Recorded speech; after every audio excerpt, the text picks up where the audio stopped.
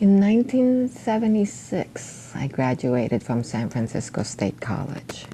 And, you know, you go through your, what do I do now? I've got my college degree. I'm headed for a job. And so what I did was I gave myself a graduation present. I decided I was going to go to the Philippines and meet some of my relatives that I hadn't seen in a long time.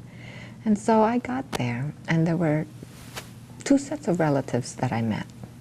Martial law had already been declared in the Philippines by that time, so there were cousins that were part of Imelda Marcos's Blue Ladies, right?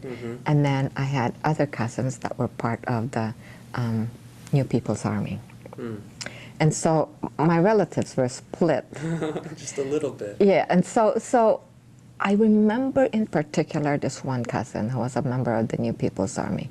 He said, "Come, I want to take you to the province." He took me to the provinces, and he brought me to where people basically lived and ate, and, you know. And at the end of that tour, and you know, it was really disheartening for me to see people that were so poor. They only had a stick house, and they only had one room, and the food was rice with carnation milk. You know, so at the end of that tour, it really sparked my interest about the Marcos dictatorship and about the U.S.-Philippine relations. So then I go back to the United States, right? And I try to find out what's all this about.